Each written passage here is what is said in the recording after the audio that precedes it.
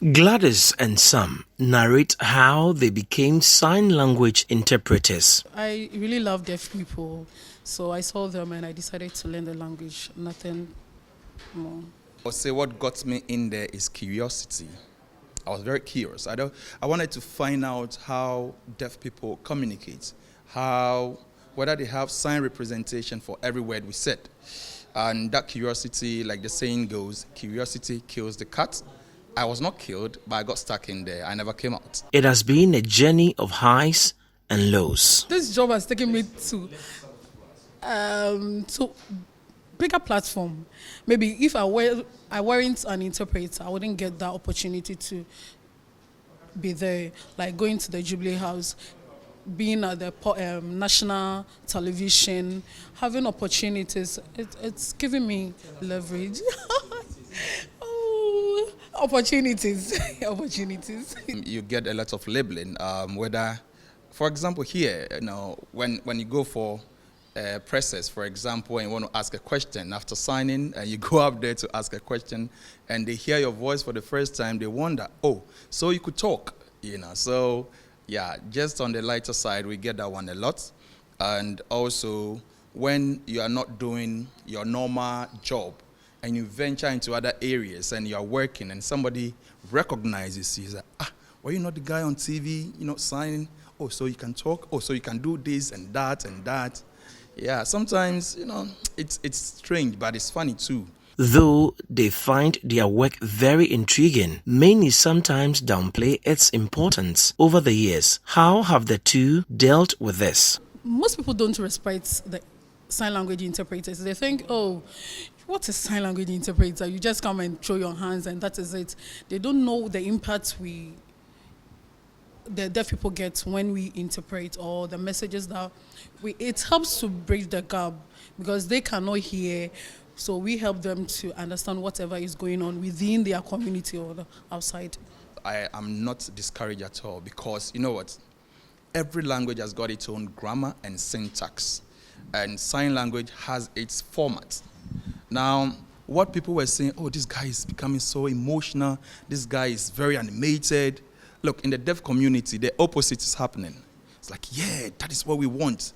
Oh, for the first time, we are getting the information in our own natural language, So I get this information, and I look at the deaf community and the kind of response I'm getting in there. I say, just forget about them. Sign language started out as a way for the hearing impaired to communicate in everyday situations, but in recent times, it is being used to improve communication in many situations. Sign language also helps to give a voice to people who have difficulty communicating, like those with autism. Over the years, it has become necessary for governments across the globe to include the learning of sign language in the curricula of schools. Training to learn the sign language in Ghana can be done in many institutions like the University of Ghana and the University of Cape Coast, among others. How long does it take to train to become a sign language interpreter? It's a virgin territory, it's a virgin field that some of us have taken it up, and we want to encourage a lot more people, a lot more female interpreters. We want, the young, now the universities are taking it up.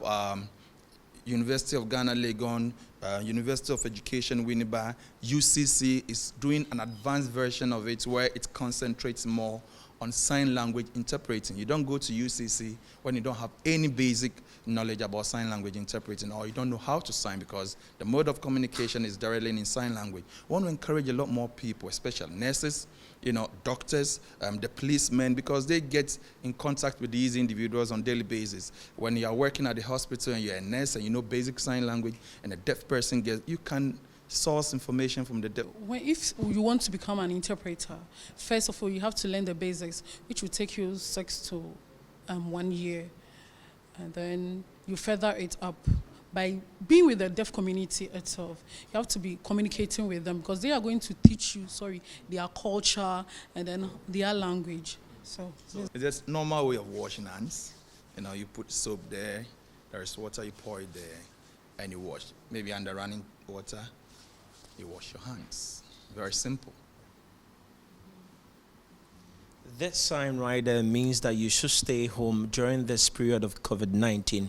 Very intriguing communication skills for the hearing impaired or the deaf in the society. They have advised that government should train more of such persons because we'll be needing them in our hospitals, in our courts, and all sectors of the economy. My name is Kojo Ajman reporting for Citi News.